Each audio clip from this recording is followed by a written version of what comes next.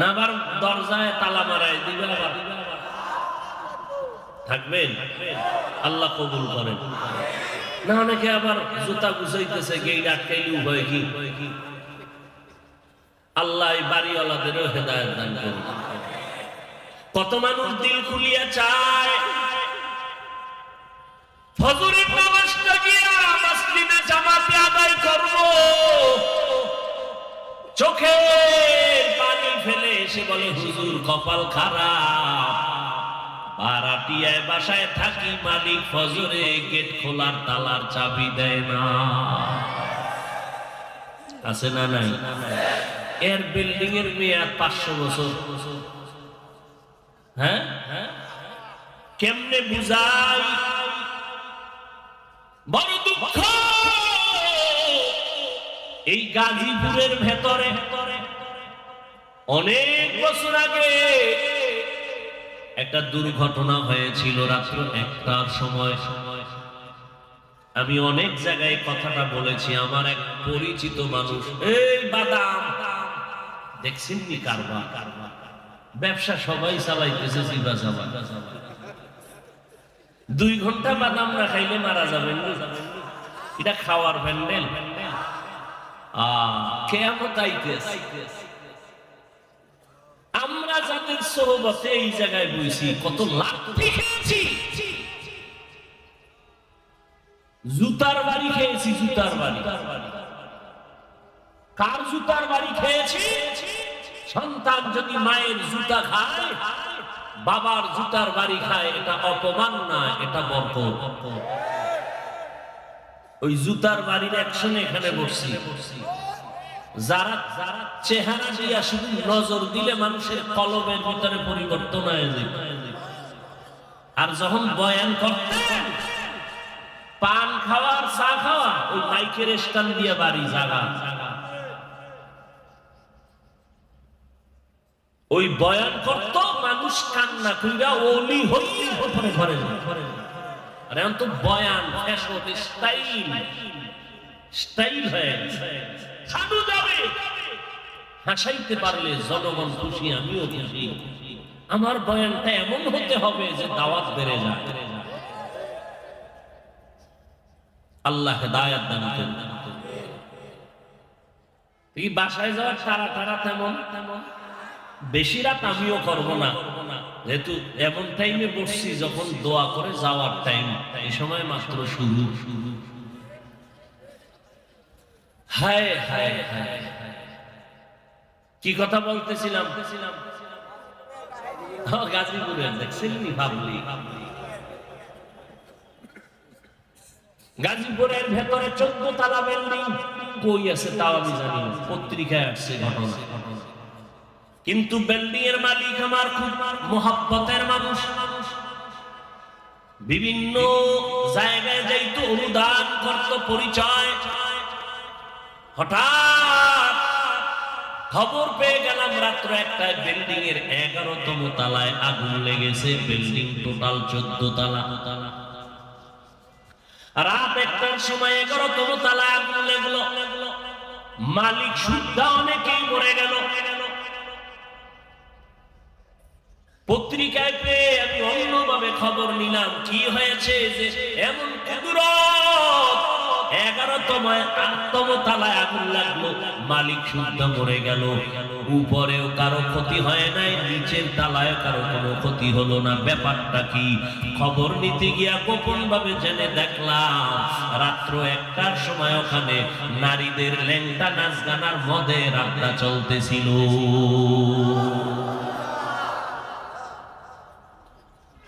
এই জন্য উচিত তো প্রত্যেক বিল্ডিং ওয়ালা এমন একজন ভাড়াটিয়া থাকবে, যেই ভাড়াটিয়া আমার মাওলাকে বেজার করবে না, কোরআন পড়বে। ওই বিল্ডিং এর মেয়াদ যদি শেষ হয়, আমার মাওলা মেয়াদ বাড়ায় রাখবেন কুদরতের ফেরেশতার মাধ্যমে। হেফাজতের মালিক কে? কোটিপতি ব্যক্তি, জাহাজ যায় মাল সহ সমুদ্রের ভেতরে, হঠাৎ জাহাজ ডুবে গেছে। মালিকের কয় স্যার আপনার জাহাজ ডুবে গেছে সমুদ্রের ভেতরে। কয় আল্লাহর কসম ডুবে নাই। আপনি দেখছেন নি? কয় দেখি নাই। আপনি কসম খাইলেন, সাহস তো কম না। হ্যাঁ সাহস, আমারটা ডুবে নাই। খবর নিয়ে দেখো, শত মাইল দূরে গিয়া খবর নিয়ে দেখলো অন্য জাহান ডুবছে, তারটা ডুবে নাই। এবার কয় স্যার আপনারটা ডুবলো না, কসম খাইয়া গ্যারান্টি দিলেন কিভাবে? আমার নবীর কথা, যারা মালের যাকাত ঠিক মতো দিবা তাদের ক্ষতি হবে না। বড় বড় বড় বড় আগুন কেন, বিপদ কেন, কিডনি যায় কেন? মাদ্রাসায় 1 লাখ দিবেন নি? হে তো সম্ভব না। আল্লাহ কয় এদিকে দিবি না, অন্য দিকটা নিয়ে যাবো, তোর কিডনি ড্যামেজ করে দিলাম। এইবার বল কত কোটি টাকা তুই হসপিটালে দিবি? এদিকে দিবি না, এবার ওদিকে দিবি। মাওলার সাথে চালাকি। ওয়াল্লাহু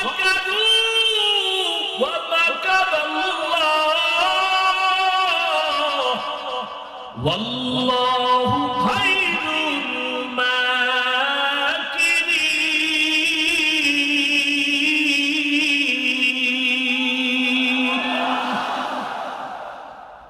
নমরুদ্দের রেডি হয়ে গেছে, আল্লাহরই বাইরে আল্লাহরে মারলে ঝামেলা শেষ। একেবারে তীর তীর নিয়ে বাঁশ দিয়ে সিঁড়ি বানাইছে, উপরে গিয়া তীর মারছে।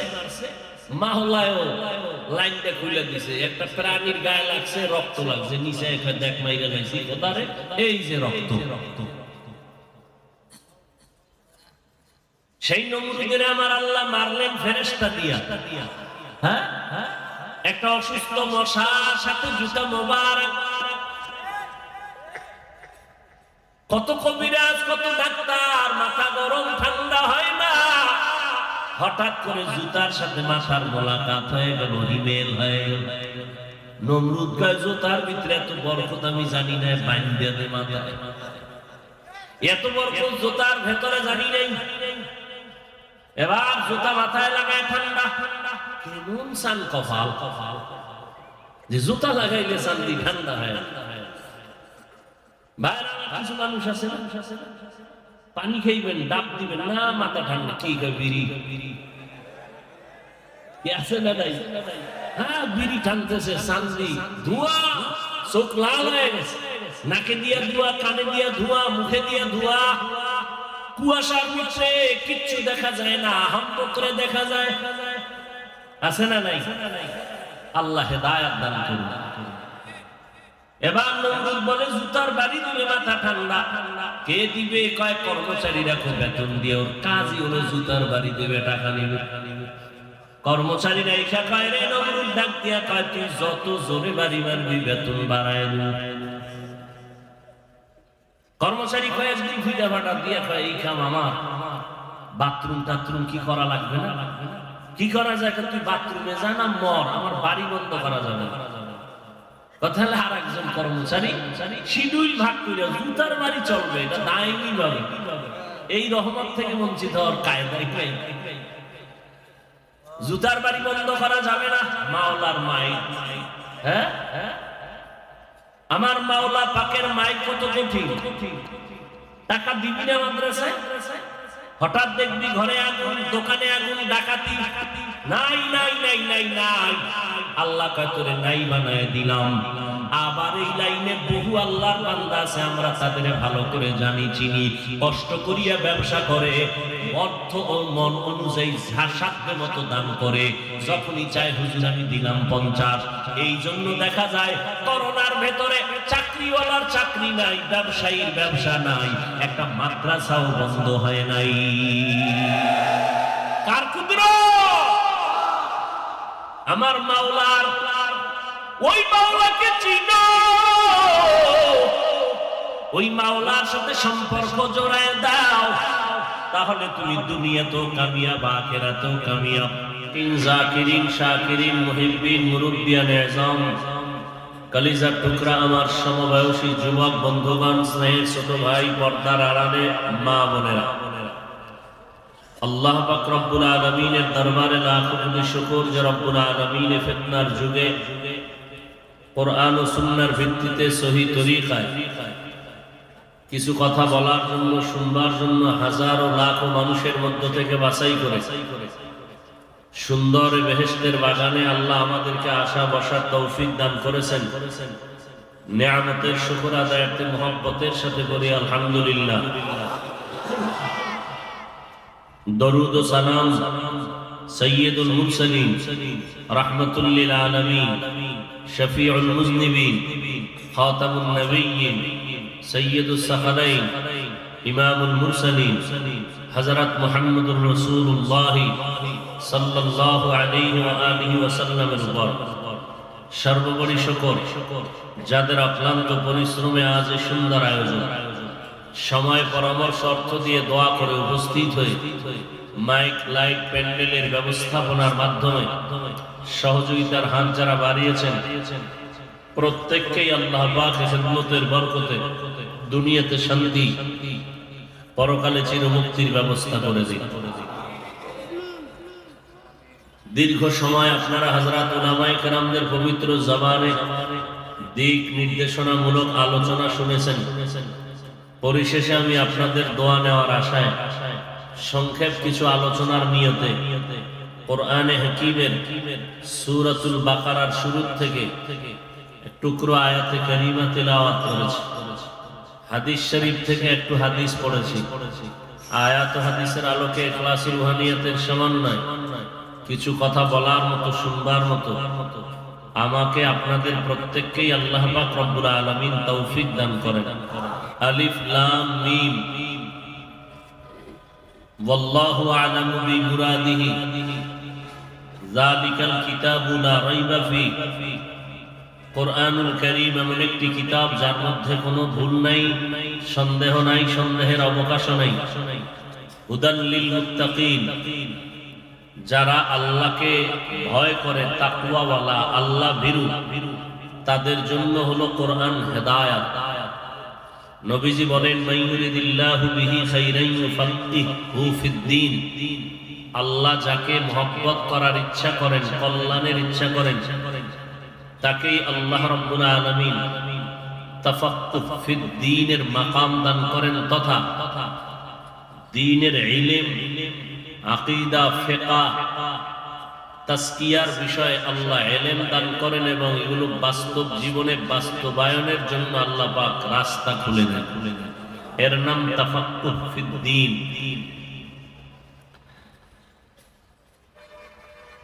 আয়াত সকলেরই মোটামুটি মুখস্থ করা একটি আয়াত। কোরআন শরীফের শুরু সূরা বাকারা, কোরআনের বড় সূরা। আল্লাহ রাব্বুল আলামিন শুরুতেই বললেন আলিফ লাম মিম। এগুলোকে তাফসীরের ভাষায় হুরুফে মুকাত্তাআত বলা হয়, বিক্ষিপ্ত আরবি বর্ণমালা। পৃথিবীতে যত ভাষা আছে সমস্ত ভাষা বোঝার জন্য, চিনার জন্য নির্দিষ্ট কিছু অক্ষর আছে। বাংলা ভাষা শিখবেন স্বরবর্ণ, ব্যঞ্জন বর্ণ, স্বরে ও, স্বরে আ, ক, খ। ইংরেজি শিখবেন সেজন্য নির্দিষ্ট অক্ষর A B C D Z পর্যন্ত। ফার্সি উর্দু শিখবেন, সেখানে নির্দিষ্ট অক্ষর আছে, বে টে, এরকম কিছু অক্ষর। আরবি শিখার জন্য 29টি অক্ষর, আলিফ বা তা থেকে ইয়া পর্যন্ত। এই অক্ষরগুলো কখনো থাকে বিন্যস্ত, কখনো থাকে বিক্ষিপ্ত। এই অক্ষরগুলোর একক কোনো অর্থ নাই। যেমন ক, কোনো অর্থ নাই। ইংরেজিতে এ, কোনো অর্থ নাই। আরবিতে আলিফ বা তা, এগুলোর কোনো আলাদা অর্থ নাই। হ্যাঁ, সব অক্ষরগুলো যখন সংযুক্ত হয়, মিলিত হয়, তখন একটা অর্থ দাঁড়ায়। যেমন ক, ল, ম, কি হবে? কলম। এখন অর্থ দাঁড়ায় গেল, লেখার একটা যন্ত্র। কিন্তু আল্লাহ পাক রব্বুল আলামিন কোরআন শরীফের মধ্যে এই জায়গায় না, বহু জায়গায় এরকম শুধু অক্ষর বলেছেন। একটা অক্ষর বলে আয়াত শুরু করেছেন। ইয়াসিন, তাহা, হামিম কাফ হা ইয়া আইন সাদ নুন ওয়াল কলম আলিফ লাম রা। এই অক্ষরগুলোর কোনো অর্থ নাই। সমস্ত দুনিয়ার মুফাসসিরিনে কেরাম তাফসীর লিখতে গিয়ে আলিফ লাম মিম নুন কাফ হা হা মিম এগুলোর নিচে দিয়ে লেখছেন ওয়াল্লাহু আ'লামু বিমুরাদিহি। এই অক্ষরগুলোর উদ্দেশ্য ভেদ একমাত্র আল্লাহই ভালো জানেন। প্রশ্ন হলো, পৃথিবীর মধ্যে একটা কিতাব যে কিতাবের কোনো তুলনা নাই, কোরআনুল কারীম। এত দামি একটি কিতাব, যে কিতাবের মতো কোনো কিতাব নাই, যে কিতাবটাকে শুধু মুসলমান না বিধর্মীরা পর্যন্ত সম্মান করতে বাধ্য। এত দামি কিতাব, সামান্য কাপড়, একেবারে নরমাল, যেই কাপড় বলতে গেলে হাদিয়া দিলেও নিব না। কোরআন শরীফের সাথে লাগছে গিলাফ নাম হয়েছে, দাম বেড়ে গেছে। কথা ঠিক নেই? কেন কোরআন বড় দামি? যে কোরআন দেখলে বরকত, শুনলে বরকত, ধরলে বরকত, পড়লে বরকত। যে আবু জাহাল নবীজির আজীবন দুশমনী করল, রাতের গভীরে রসুলের ঘরের কিনারা অন্ধকারে আত্মগোপনে রসুলের তেলাওয়াত শুনত। আরো আস্তে করে বলেন, আল্লাহ আস্তে বললে শুনে না? কি আপনাদের আকীদা কি আল্লাহ আস্তে বললে শুনেননি? তাহলে মাগরিবের নামাজে ইমাম সাহেব আগামী কালকে থেকে আস্তে সূরা পড়বে কেন? আল্লাহ আস্তে বললেও তো শুনেন। চালাকি চলবে, যুক্তি চলবে, সব জায়গায় যুক্তি চলে না, সব জায়গায় চালাকি চলে না। তাহলে আল্লাহর বেলায় কি হবে? বলে তোমার বুঝে আসুক আর না আসুক, আল্লাহ যেভাবে বলছেন ওইভাবে তার আদেশ নিষেধ মেনে চলার নাম গোলামি, যুক্তি দিয়ে একটু চিন্তা করার নাম বেয়াদবি। এজন্য নবী বলেন তাফাক্কারু ফি খালকিল্লাহ ওয়া লা তাতাফাক্কারু ফিল্লাহ, আও কামা ক্বালা an-নবী আলাইহিস সালাতু ওয়াস সালাম। আল্লাহকে নিয়ে গবেষণা করিও না, বরং আল্লাহর সৃষ্টি নিয়ে গবেষণা করো। আল্লাহর কুদরত দিয়া হেফাজতের সাথে মেধা খাটাও, ঠান্ডা মাথায় চিন্তা করো। কারণ আল্লাহ মানুষকে আকল দান করেছেন, না দেখে বিশ্বাস করার মতো যোগ্যতা দান করেছেন, যেগুলো আর কোন প্রাণীর মধ্যে আল্লাহ দান করেন নাই। এই জন্যই তো মাটির মানুষ বড় দামি, বড় শ্রেষ্ঠ। কেমন শ্রেষ্ঠ? নূরের সৃষ্টি আল্লাহর কাছে শ্রেষ্ঠ না, আগুনের সৃষ্টি আল্লাহর দরবারে শ্রেষ্ঠ না। আল্লাহ বলেন আমার স্থায়ী সিদ্ধান্ত, মাটির সৃষ্টি মানুষ হলো শ্রেষ্ঠ। সিদ্ধান্ত কার? অস্থায়ী না স্থায়ী? জানা থাকলে বলেন মানে নাই কে? কে মানে নাই? আল্লাহ বলেন ইবলিস মানলি না কেন? তুই না আমার প্রিয়। এমন একটা জমিনে জায়গা নাই যেখানে সিজদা করো নাই, আসমানের এমন এক জায়গা নাই সিজদা করো না। তোরে আমি খুশি হইয়া তোর ইবাদতে আমি টাইটেল দিলাম, তুই আরিফ, তুই আবেদ, তুই খাজিন, তুই ওলি, তুই মুত্তাকি। তোরে বুজুর্গ নামের টাইটেল দিলাম। আমার স্থায়ী সিদ্ধান্তর ক্ষেত্রে কেন বাঁকা হয়ে গেলি বল? ইবলিস বলে গায়ের জোরে হই নাই, যুক্তির ব্যানারে হয়েছি। কি যুক্তি তোমার? বলে খালাকতানি মিন নারিন ওয়া খালাকতাহু মিন তিন। আমারে বানাইছেন আগুনের দ্বারা, আদম বানাইছেন মাটির দ্বারা।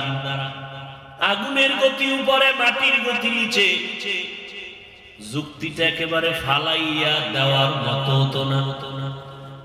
আগুনের গতির উপরে আমি নত হব কেন, বরং আদম আমারে নত হয়ে সিজদা করবে।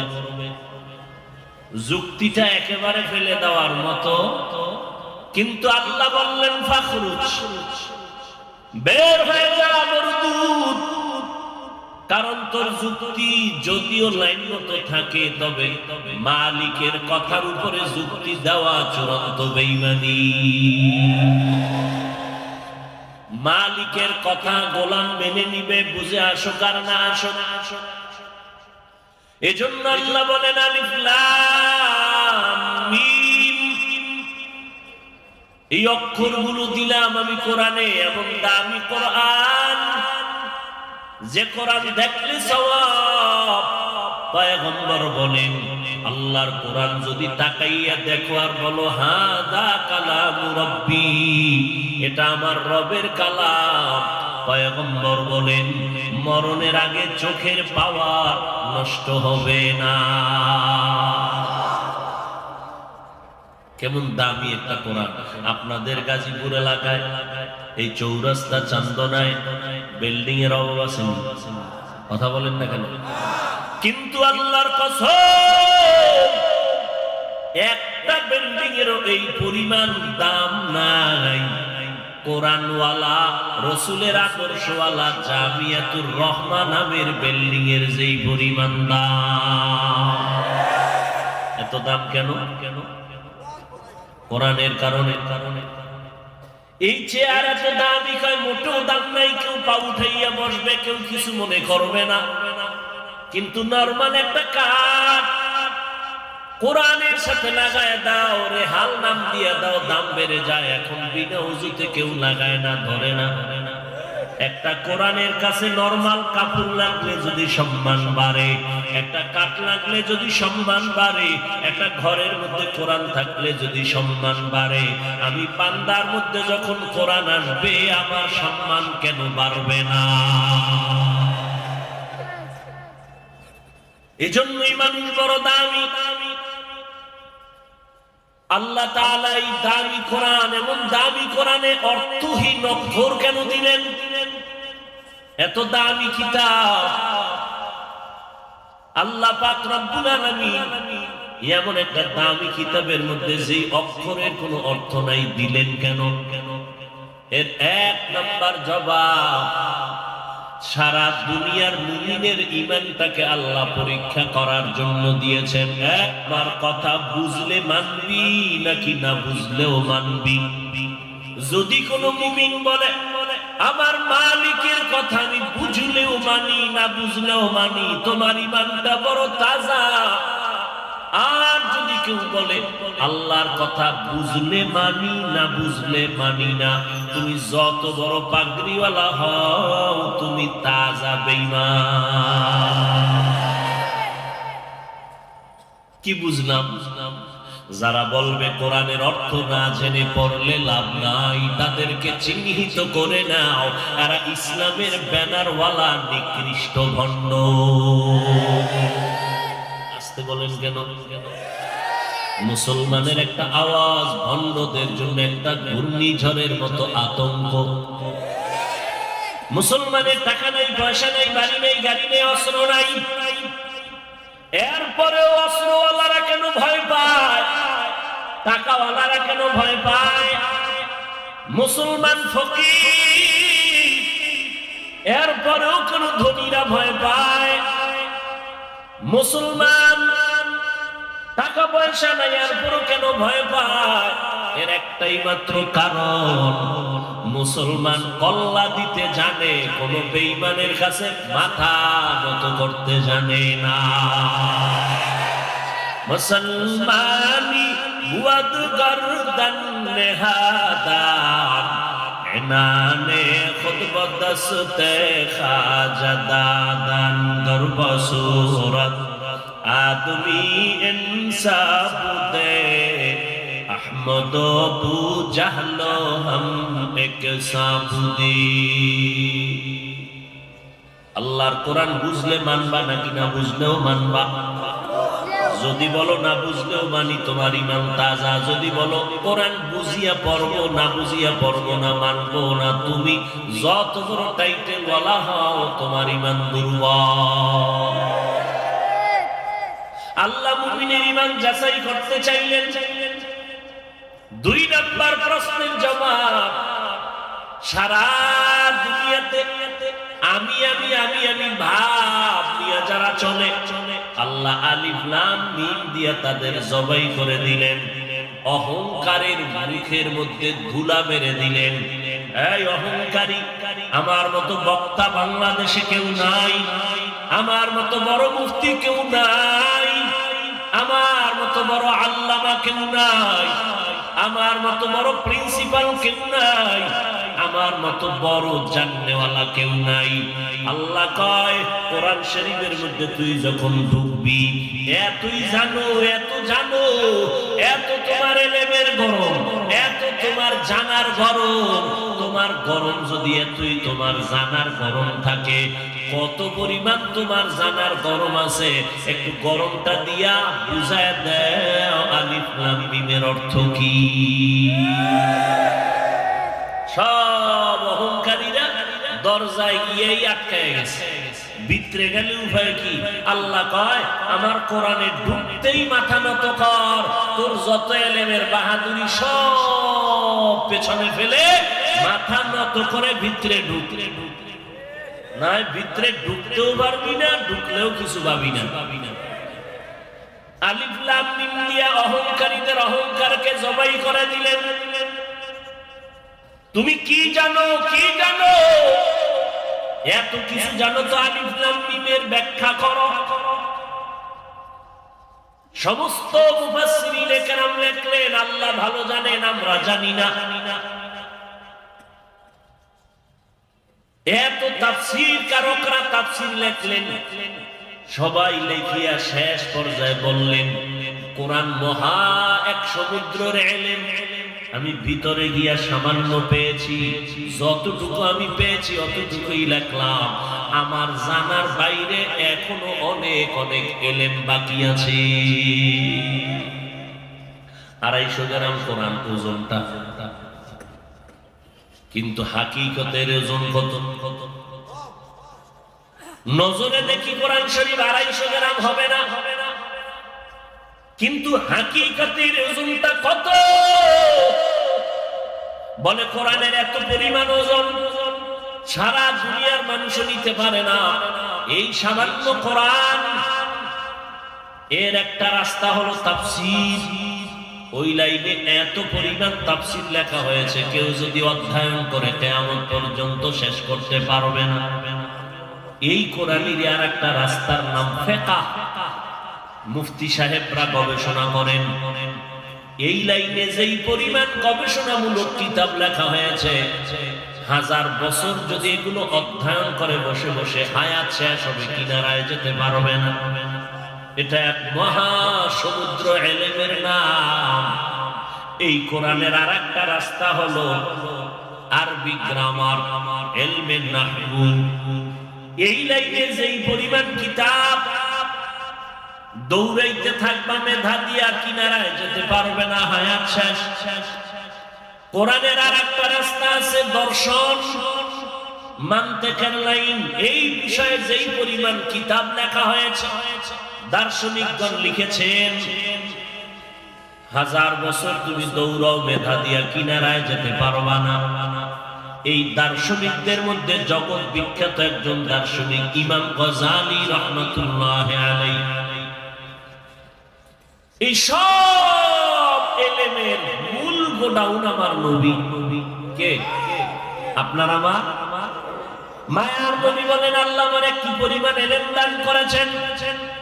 উতিতু ইলমাল আউয়ালিন ওয়াল আখিরিন, আউয়াল আখিরের ইলম আল্লাহ আমারে দিয়ে দিলেন। আদম নবী থেকে ঈসা নবী পর্যন্ত সব ইলম আমি আল্লাহ মুহাম্মদের দান করেছেন। আল্লাহ কয় নবী কি পরিমাণ দিলাম? আপনি মনে করেন অনেক অনেক দিলাম, আমি মাওলা জানি কি পরিমাণ আপনাকে দিয়েছি। একজনে আমার কাছে কয় ভাইজান আমার 2000 টাকা দেন। আমার পকেটে টাকার বান্ডিল আছে 5 লাখ টাকা, আমি সেখান থেকে দিলাম 5,000। লোকটা খুশি না বেজার? কম পাইছে না বেশি? চিল্লায় কয় অনেক পেয়েছি অনেক। আমি জানি তোমার কি পরিমাণ আমি দিয়েছি, আমার পকেটের টাকার তুলনায় তোমারে সামান্য দিয়েছি।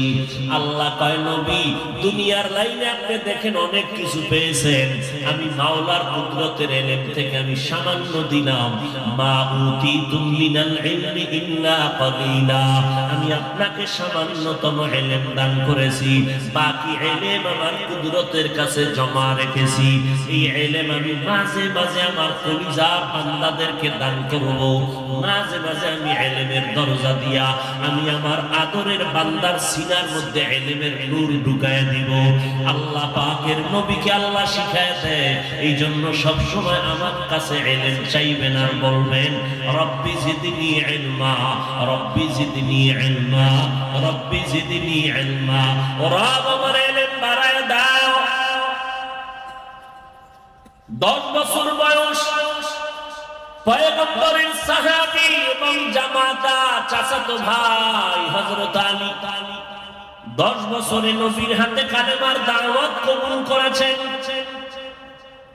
হযরত আলীর জন্য নবী কলিজা দিয়া দোয়া করলেন, আমার আল্লাহ আলীকে ইলমের দরজা দিয়া ইলমের নূর সিনায় দান করলেন।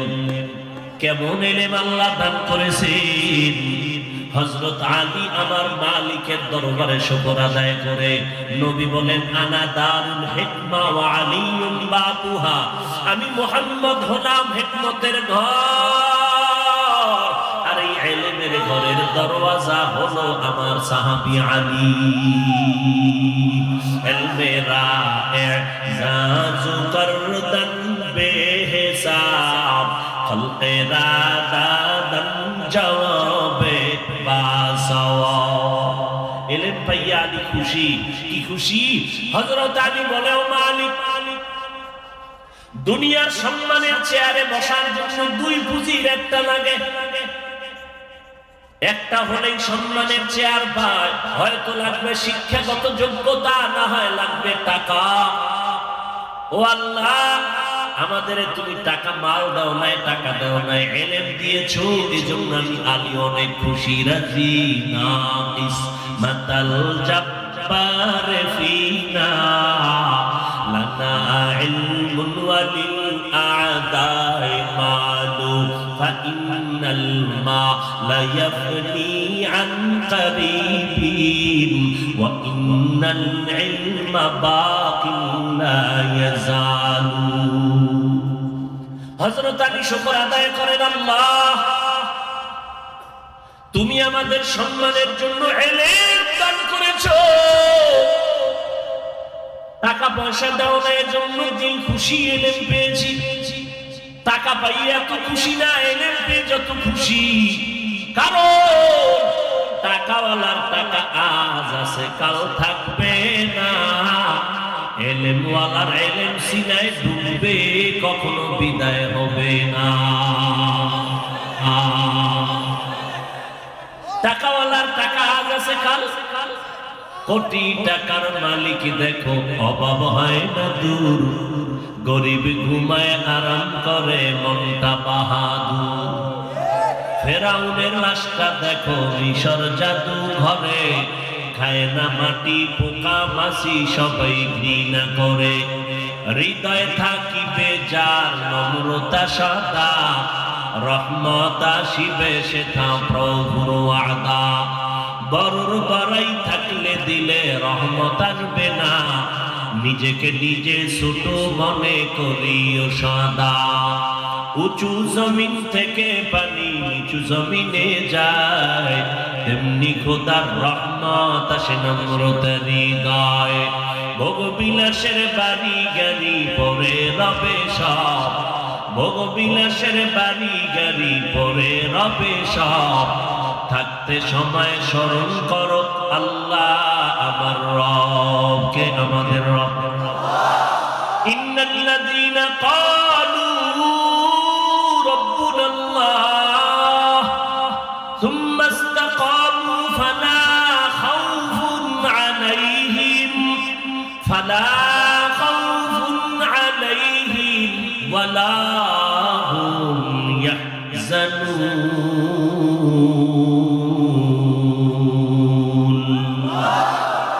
আল্লাহ বলেন যারা স্বীকার করে আমি তাদের রব, আমাদের রবকে। আর জোরে বলেন রব্বি আল্লাহ লা ইলাহা গায়রুহু ওয়া নবিহি মুহাম্মদ মুস্তাফাহু দীনাল ইসলাম দীনু মাওকাহু আরজুকু ফরানান আফওয়ান ইনদাহু। আমার রবকে যারা আমার রব বলিয়া স্বীকার করবা, দুনিয়ায় কোনো পেরেশানি নাই, আখিরাতেও কোনো ভয় নাই। আমি আল্লাহ আমার কুদরতের জিম্মায় তোমাকে বিনা হিসাবে জান্নাতে পৌঁছাইয়া দিব। আল্লাহকে রব বলে মানরে বাবা। হযরত আলী বলেন আমরা ইলম পেয়ে খুশি, টাকা পেয়ে খুশি না। তার এক কারণ, টাকাওয়ালার টাকা আজ আছে কাল থাকবে না, এলেমওয়ালার এলেম সিনায় ঢুকবে কখনো বিদায় হবে। তবে ছাত্র যারা তাদেরকে একটু বলে রাখবো, এলেম কখনো সিনায় ঢুকলে বিদায় হয় না, হয় না, হয় না, এটাই বাস্তব। তবে সাবধান, মাঝে মাঝে এলেমটাও সিনা থেকে বিদায় হয়ে যায়, মাঝে মাঝে এলেমটাও বিদায় হয় মাঝে মাঝে। কখন? যদি এলেমের সাথে কেউ বেয়াদবি করে অথবা এলেম ওয়ালাদের সাথে কেউ বেয়াদবি করে, তখন সিনা থেকে এলেম চলে যাবে। এলেমের সাথে বেয়াদবি অথবা এলেম ওয়ালাদের সাথে বেয়াদবি, যাদের সিনায় ইলম আছে তারা আলেম, যাদের সিনায় কি আছে? কোরআন হাদিসের ইলম আছে তারা আলেম। আলেমের বহু বচন উলামা। উলামা দুই দল। আমগো বাংলাদেশে কিন্তু উলামা বহু দল, প্রত্যেকটা রাজনৈতিক দলে একদল উলামা। কথা বলেন, হাকিকতে উলামা দুই দল, একদল হক আর একদল ভণ্ড। قال النبي صلى الله عليه وآله وسلم ألا إن شر الشر شرار العلماء وإن خير الخير خيار العلماء। পয়গম্বর বলেন উলামা দুই দল, একদল হক আর একদল বাতিল। একদল উলামা এত খারাপ, এদের থেকে খারাপ জমিনে আর কেউ হবে না। আবার উলামাদের মধ্যে একদল ভালো, এদের মতো ভালো জমিনে কেউ হবে না। নবী খারাপ কেন বললেন উলামায়ে কেরামের একটা দলকে? একটা কারণ হলো কি জানি কয় না, ভাত নষ্ট হলেও খাওয়ার রাস্তা আছে না নাই? কথা কন না কেন? বিরিয়ানি যদি নষ্ট হয় খাওয়ার পথ আছে নাই? আলেম যদি খারাপ হয় এটার আর লাইন ভালো করার রাস্তা নাই। কেমনে বুঝলাম? লক্ষ লক্ষ গাঞ্জাখোর জুয়া খেলনেওয়ালারা ইসলামের ক্ষতি যেই পরিমাণ করতে না পারবে, মাত্র একজন টুপিওয়ালা ভণ্ডের দ্বারা ইসলামের ক্ষতি আরো বেশি হয়ে যাবে। হচ্ছে না? কথা বলেন না কেন? এটা হইতে আরো কয়েক বছর পর বাকি আছে। সোনার বাংলায় হচ্ছে টের পাই না, খবর নাই। কারণ 24 ঘন্টা মোবাইল নিয়ে মোরাকাবায় থাকরে যুবক, কিন্তু মোবাইলের হাকিকত সম্পর্কে তোমার ধারণা নাই। এই জমিনের মধ্যে দাঁড়ায় কিছু উলামা বলতেছে কোরআনের ভেতরে ভেজাল, আবার বলে কালেমা লা ইলাহা ইল্লাল্লাহ মুহাম্মাদুর রাসূলুল্লাহ, কালেমা পড়া বন্ধ করে দাও, এটা কুফরি কালেমা। নাউজুবিল্লাহ, একটু আসতে বলেন, কারণ আপনি হুজুরে বললেন। এই যুবক, তোমার বক্তা সাহেব যদি বলে তো নাউজুবিল্লাহ একটু চিন্তা করে বলা উচিত। তবে রেজাল্ট শুনে নাও। কোরআনে জাল আছে কালেমা কুফরি বলার কারণে। তোমার বক্তা যেমন বেঈমান, তুমি ভক্ত হইয়া যদি চুপ থাকিয়া প্রতিবাদ না করো, তুমি চুপ থাকার কারণেও তুমি বেঈমান। আল্লাহ হেদায়েত দান করুন। যুবকেরা আল্লাহকে সাক্ষী রেখে বল, কোরআনে ভেজাল আছে, কথা মানো, কালেমা কুফরি মানো।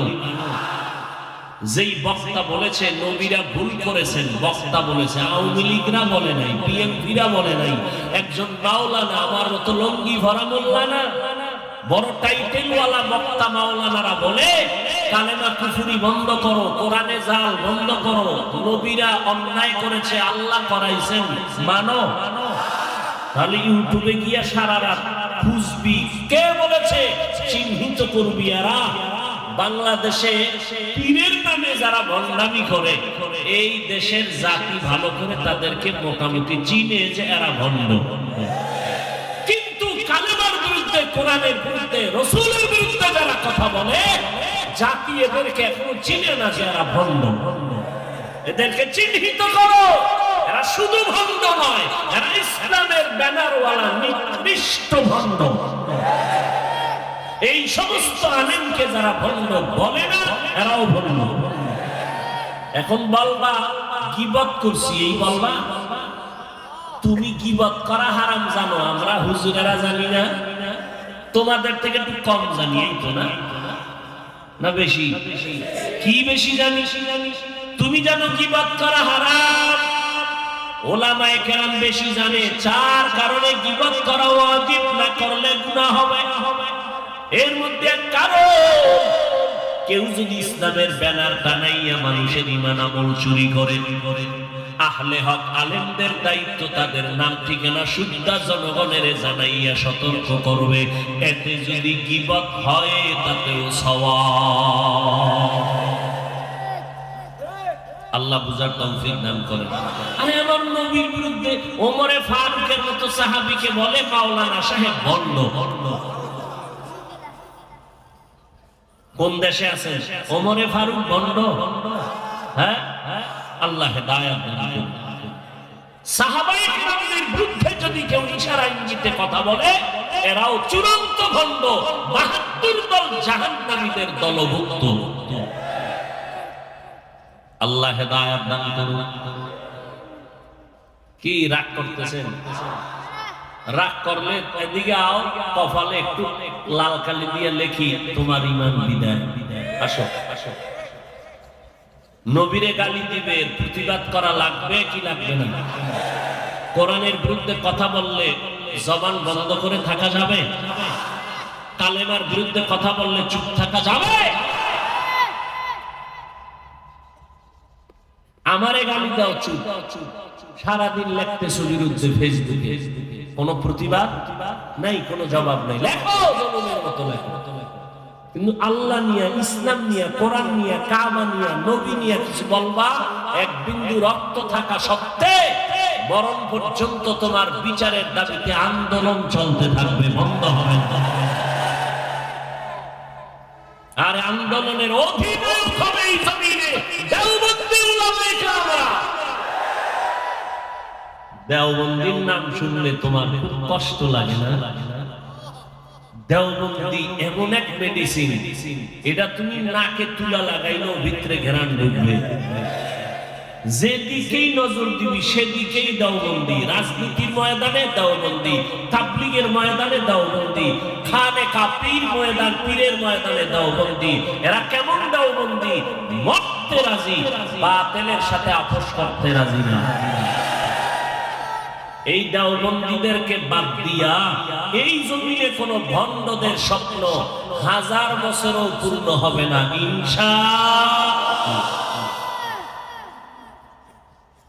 এই জন্যই তো হুজুরে লাগছে হেফজখানা বন্ধ করো। হ্যাঁ, হাফেজ সাহেবের পড়াইয়া ছোট বাচ্চারে কোরআন দিলে চান্দি গরম হয়ে যাবে। আরে 20 বছরের ছেলে কয় হুজুর মাদ্রাসায় পড়বো কি পড়বা, কয় কোরআনের হাফেজ হব কি হবো। কেন? তোর 20 বছরের কলম শক্ত তুই ধরে রাখতে পারবি না। আবার ভেতরে ঢুকাইলেও তুই রাখতে পারবি না, ভুলে যাবি। তো কেমনে কোরআনটা সিনায় রাখবো? কয় তোর ভাই আসিনি, কয় আছে। বয়স কত? 8 বছর। পাড়া 8 বছরের সন্তানটাকে মাদ্রাসায় পাঠাও। আল্লাহর কুদরত, 20 বছরের ছেলেটা কোরআন সিনায় জমা রাখতে পারে না, 8 বছরের সন্তানটা হেফজখানায় যাওয়ার পর এই বাংলার জমিনে হাজারো প্রমাণ আছে, মাত্র 6 মাসে কোরআনের হাফেজ হয়ে গেছে। এবার আমাকে বলেন, 20 বছরের সিনায় কোরআন থাকে না, 8 বছরের বাচ্চার সিনায় 30 পারা কোরআন জমা রাখছেন কে? বুঝা কন? আল্লাহ রাখলে আপনার আপত্তি কেন? হ্যাঁ, আল্লাহ হেদায়েত দান করুন। বান্দার আপত্তিতে আল্লাহর কিছু আসেও না।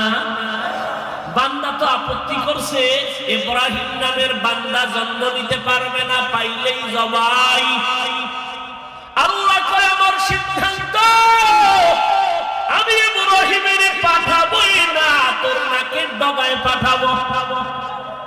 সিদ্ধান্ত কাটটা থাকলো আমার আল্লাহর বান্দা সিদ্ধান্ত নিল, মুসা নামের কোন বান্দা জমিনে আসতে দেওয়া হবে না। মাথা গরম। আল্লাহ সিদ্ধান্ত নিলেন, আমি মুসারে পাঠাবো তোর ঘরে, তোর টাকায় লালন পালন করাইয়া বড় বানাবো, তোর গালে চর মারাইয়া তোরে শেষ করাবো। কাটটা থাকলো। ব্রিটিশ বেঈমানেরা সিদ্ধান্ত নিল, ভারতের জমিনে কোরআনের আওয়াজ চলবে না, বন্ধ করো, মাদ্রাসায় তালা লাগাও, আলেমরে জবাই করো, ফাঁসি দাও। শুরু হয়ে গেল 14,000 আলেম, এদের ফাঁসির বংশী ঝুলাইলো, গাছে গাছে লাশ টানাইলো, মাদ্রাসা বন্ধ করে দিল। আল্লাহ কয় আমার সিদ্ধান্ত, ভারতের জমিনে বেঈমানেরা কোরআনের আলো রাখবি না। আমি মাওলার সিদ্ধান্ত, সারা দুনিয়াতে যত কোরআনের আলো ছড়াবে তার পাওয়ার হাউস হবে ভারতের জমিনে দেওবন্দে। কাটটা থাকলো। আজকে সারা দুনিয়ায় ঘুরে দেখো, এমন একটা রাষ্ট্র নাই যেখানে দেওবন্দের কোরআনের আলোর বাতি জ্বলে না। অস্বীকার করবেন? হ্যাঁ, এরপর আপনাদের আমরা কি অহংকারী করি যে যারা পাঁচকুলি পড়ে না সব জাহান্নামী, তাবলিগে না গেলে গুনাহ হবে, চরমনায় যারা যায় না জাহান্নামী, কওমি মাদ্রাসায় না পড়লে জাহান্নামী। কই আমরা তো অহংকারী করি না। এরপরও কয় হিংসায় ভরা। মূর্খ হিংসার ডেফিনেশন জানো না? সালাম দিলেও নেয় না, কি পাঁচকুল্লি। চিন্তা করছেন, সালাম দেয় না, দিলেও নেয় না, কি সমস্যা? দেওবন্দি। সালাম দেয় না, দিলেও নেয় না, সমস্যা? চরমনাই। আল্লাহ হেদায়েত দান করুন।